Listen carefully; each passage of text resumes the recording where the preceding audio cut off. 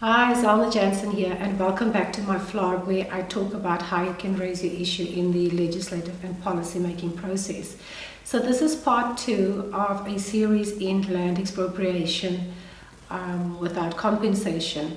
In part 1, I briefly looked at what the issues were around land redistribution, particularly the challenges, and then what the Constitution said about land expropriation or property expropriation and compensation. So Section 25 of the Constitution needs a law of general application to be implemented. The Department of Public Works published an expropriation bill in 2007 for public comments.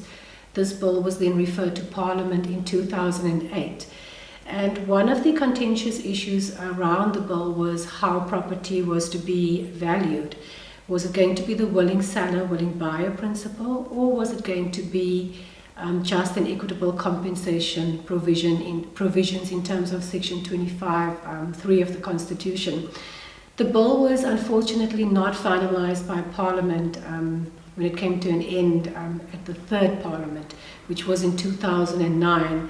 The bill therefore lapsed. However, the Department of Public Works published an amended version of the bill again in 2015 for public comment. This bill was then referred to Parliament in 2016, and the bill was more comprehensive in terms of how property was to be valued. Parliament finalized this bill and sent it to the President to be signed into law. The then President then sent the bill back to Parliament on the basis that he had concerns around public participation, particularly in the National Council of Provinces. But he also highlighted that the bill impacts land owned by traditional leaders, and therefore the bill must be sent to the National House of Traditional Leaders. The bill was not finalized by Parliament as yet, and the Department of Public Works withdrew this bill last week, which leaves a legislative vacuum for Section 25 of the Constitution to be implemented.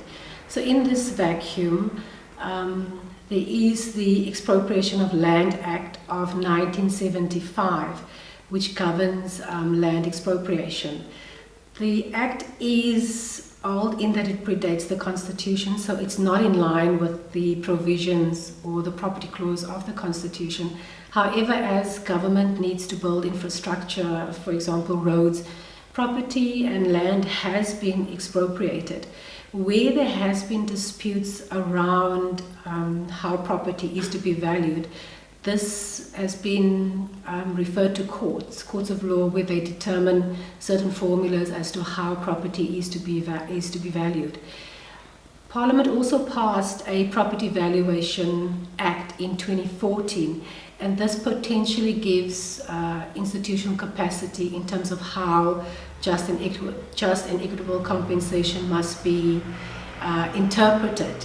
So that is the law on land expropriation.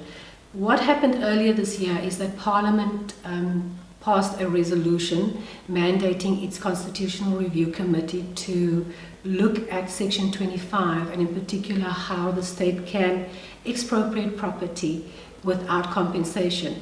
So the Constitutional Review Committee has been throughout the country holding public hearings and assessing the view and the temperature around this issue from the public.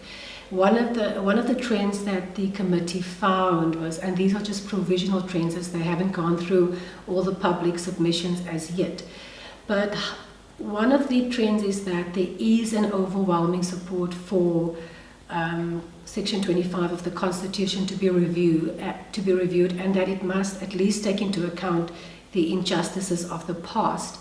Another trend that came about was how land ownership is to be determined, and the question is who is the rightful owners of the land, and that there should be some empirical way, taking into account the history, that the Constitution should make provision for this determination.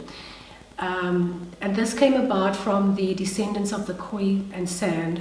They also pointed out that these descendants pointed out that the cutoff date in the Constitution, which is 1913, which means you can only claim restitution for land after 1913.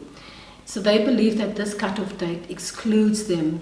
And I think another interesting point to make is that the leader of the Congress of the People, Honorable Lakota, a few months ago in media statements said that white people in this country, in South Africa, bought the land. And if the government wants to take the land from them, they should pay for it. So these are some of the burning issues that I will be exploring in my series on land expropriation without compensation. I will also be following the process very closely and highlighting these issues in my videos.